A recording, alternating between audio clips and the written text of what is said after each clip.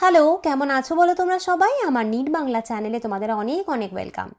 যারা নিট 2026-এর West Bengal state counselling করাবে বলে ভাবছো, তাদেরকে কালকে আমি ভিডিও দিয়ে বলে দিয়েছিলাম যে WBMCC কিন্তু মেডিকেল সার্টিফিকেট রিলিজ করেছে। তোমরা সেখান থেকে ডাউনলোড করে প্রিন্ট করে নাও, কিভাবে কি করতে হবে বুঝিয়ে দিয়েছিলাম। যদি ভিডিওটা না দেখে থাকো দেখে নিও যাদের প্রয়োজন আছে।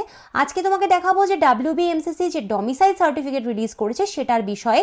এখানে তোমাকে ডমিসাইল সার্টিফিকেট কার কোনটা লাগবে সেটা তো বলবোই, তার উপর এটাও বলবো যে যাদের ই ডমিসাইল রয়েছে তাদের আর কোনটা প্রয়োজন হবে বা কোনটা হবে না, এবং যারা বিডিওর অফিসে গিয়ে সিগনেচার করতে পারছো না তারা কি করবে, সব কিছু কমপ্লিট ডিটেলস কিন্তু তোমাকে এই ভিডিওতে আমি বলে দেবো। চলো দেখে নিই।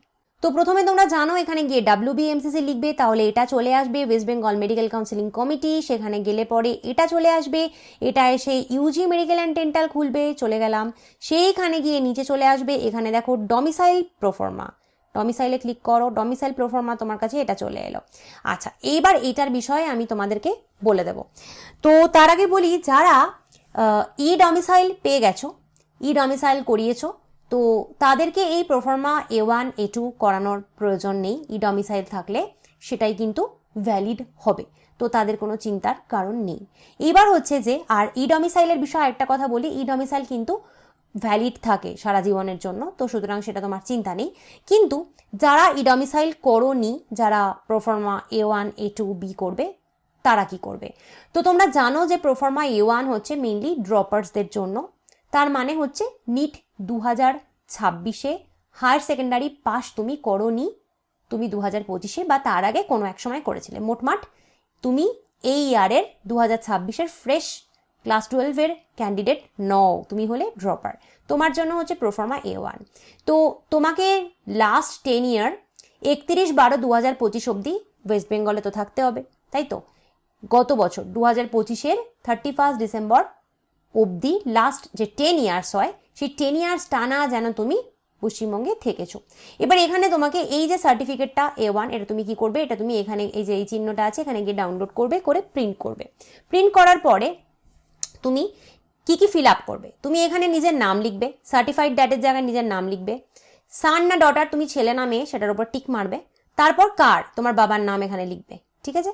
বাবার নাম লিখে এইখানে তোমার অ্যাড্রেস লিখতে হবে, তোমার ভিলেজের নাম বা টাউনের নাম, তোমার হাউস নাম্বার, তোমার street, post office, police station, nearest police station কি রয়েছে সব লিখবে। ইন দ্য ডিস্ট্রিক্ট অফ, কোন ডিস্ট্রিক্টের আন্ডার তুমি পড়ছো সেটা লিখবে। আন্ডার ড্যাশ অ্যাসেম্বলি, তো তোমার অ্যাসেম্বলি কনস্টিটিউয়েন্সি কি রয়েছে সেটার নাম লিখবে। তোমরা তো জানো ভোট দাও তোমরা, তো ভোটের সময় অ্যাসেম্বলি কনস্টিটিউয়েন্সি হয়, তো তার নাম তোমরা এখানে লিখে দেবে যে কোন অ্যাসেম্বলি কনস্টিটিউয়েন্সির আন্ডারে তোমরা পড়ছো। আচ্ছা, তারপরে যেটা হবে সেটা হচ্ছে এইখানে তোমার একটা ফটোগ্রাফ চিপকাবে। সেই ফটোগ্রাফটা অবশ্যই কিন্তু কালার্ড ফটোগ্রাফ হতে হবে, এবং যার 4 centimetre 3 centimetre passport size photograph হতে হবে। সাইজ হবে 4 সেন্টিমিটার ইন্টু 3 সেন্টিমিটার। এবার এখানে তোমাকে একটা কথা বলি, এক্স্যাক্ট 4x3 থাকতেই হবে, এরকম কোনো কথা নেই। কেউ স্কেল দিয়ে মেপে দেখবে না যে তোমার ফটোগ্রাফের সাইজ কত।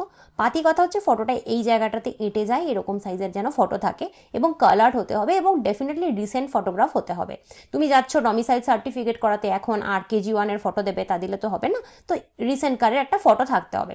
এবার আমি জানি এখানে একটা কমন কোয়েশ্চেন আসবে যে ম্যাম নিটে যে ফটোটা দিয়েছিলাম যে রেজিস্ট্রেশনের সময়, সেই ফটোটাই কি লাগবে?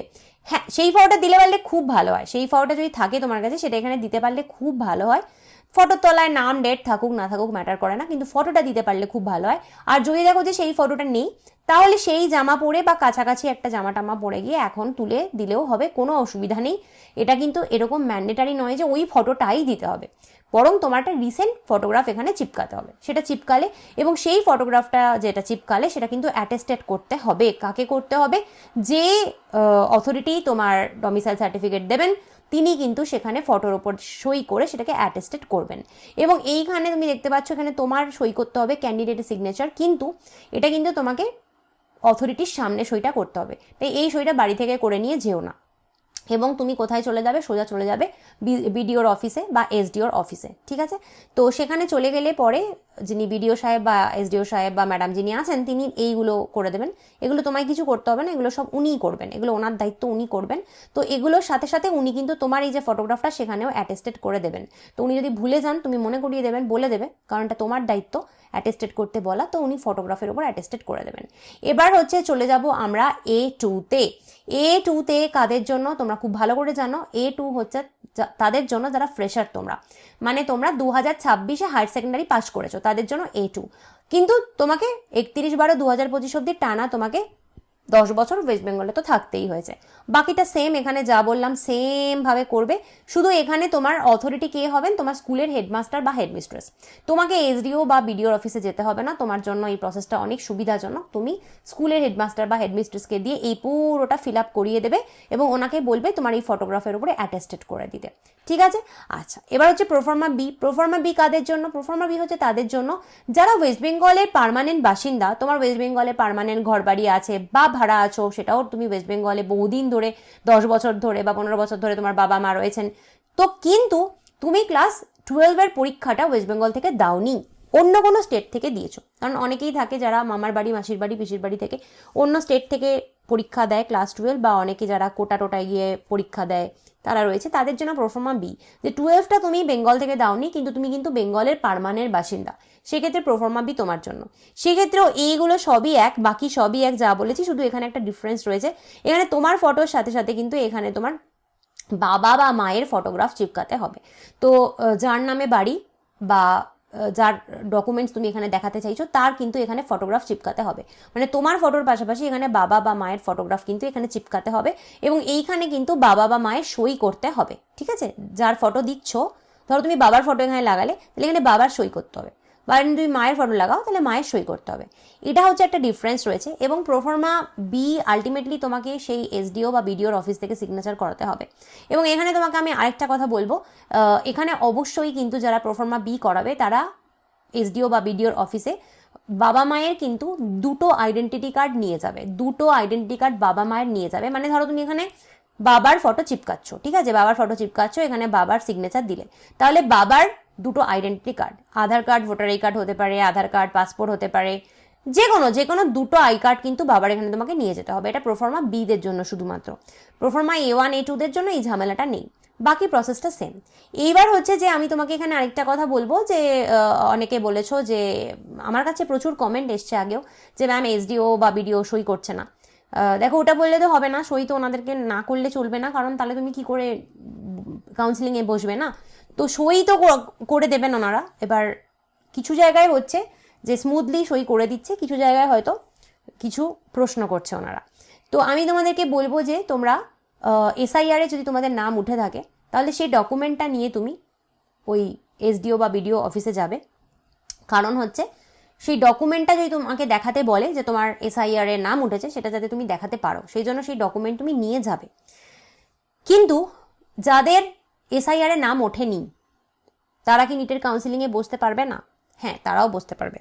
তার জন্য তোমায় কি করতে হবে, ধরো তুমি এসডিওর অফিসে গেলে, এবার এসডিও সাহেব তোমায় বললো যে SIR-এ নাম উঠেছে কিনা, তুমি বললে যে না ওঠেনি। তখন তোমাকে কি করতে হবে, তোমাকে তোমার নিয়ারেস্ট যে পুলিশ স্টেশন রয়েছে সেখানে যাবে, সেখানে গিয়ে তাদেরকে বলবে, পুরো বিষয়টা বলার পরে পুলিশ ভেরিফিকেশন হবে। তোমার পুলিশ ভেরিফিকেশন হয়ে গেলে তোমাকে একটা সার্টিফিকেট দেওয়া হবে, সেটা নিয়ে তুমি তাহলে এসডিওর অফিসে আবার চলে যাবে, তখন কিন্তু তোমাকে এসডিও সাইন করে দেবেন। তো সুতরাং SIR-এ নাম না উঠলে কাউন্সিলিং করা যায় না এটা নয়, তুমি ডমিসাইল কাউন্সিলিং তাও করাতে পারবে, শুধুমাত্র তোমার তখন একটা এক্সট্রা পদক্ষেপ নিতে হবে, সেটা হচ্ছে থানা থেকে তোমাকে একটা ভেরিফিকেশন করাতে হবে। তো এই হলো ব্যাপার। আর অবশ্যই এই ফর্মের সাথে এসডিওর অফিসে বা বিডিওর অফিসে যেখানেই তুমি যাচ্ছ কেন, সেখানে এই ফর্মটার সাথে তুমি কি কি নিয়ে যাবে, তুমি নিজের নিটের রেজাল্ট, র্যাঙ্ক কার্ড যেটা রয়েছে, অ্যাডমিট কার্ড রয়েছে, সেগুলো নিয়ে যাও। অনেক সময় দেখতে চায়, অনেক সময় দেখতে চায় না। এবার যদি ধরো চাইলো, তুমি নিয়ে গেলে না, তখন তো মুশকিল, সেগুলো নিয়ে যাবে। আর অবশ্যই তোমার প্রমাণপত্র যে তুমি বেঙ্গলের পার্মানেন্ট বাসিন্দা, সেই যে প্রমাণপত্র সেটা তো অবশ্যই নিয়ে যাবে, না তো ওনারা কেন তোমাকে সই করে দেবেন না, উনি তো তোমায় চেনেন না।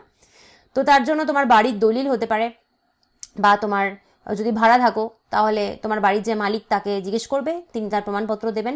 মোটমাট একটা প্রমাণ তোমাকে নিয়ে যেতে হবে যে তুমি 10 বছর ধরে বা তার অধিক সময় ধরে তুমি বেঙ্গলে রয়েছো, সেই প্রমাণপত্রটা নিয়ে যাবে। আর সাথে অবশ্যই নিজের আইডেন্টিটি কার্ড নিয়ে যাবে, অবশ্যই সেটা ভুলো না নিতে। তাহলে কি কি নেবে? এই ফর্মটা নিয়ে যাচ্ছ প্রিন্ট করে, নিজের ফটোগ্রাফ নিচ্ছ, নিজের আইডেন্টিটি কার্ড নিচ্ছ 1টা থেকে 2টো, তোমার ওয়েস্ট বেঙ্গল যে তুমি পার্মানেন্টলি রয়েছো তার তোমার প্রমাণপত্র লাগবে, এই কটা জিনিস লাগবে। এবং তার সাথে ভালো হয় যদি SIR এর প্রমাণ নিতে পারো, না নিলেও সব জায়গায় সমস্যা করছে না, কিছু কিছু জায়গায় প্রবলেম করছে। তো এই হচ্ছে ব্যাপার। আর যারা প্রোফর্মা বি দিচ্ছ তাদের হচ্ছে এর সাথে এক্সট্রা বাবা বা মায়ের 2টো আইডেন্টিটি কার্ড আর তার ফটো। এই হলো ব্যাপার।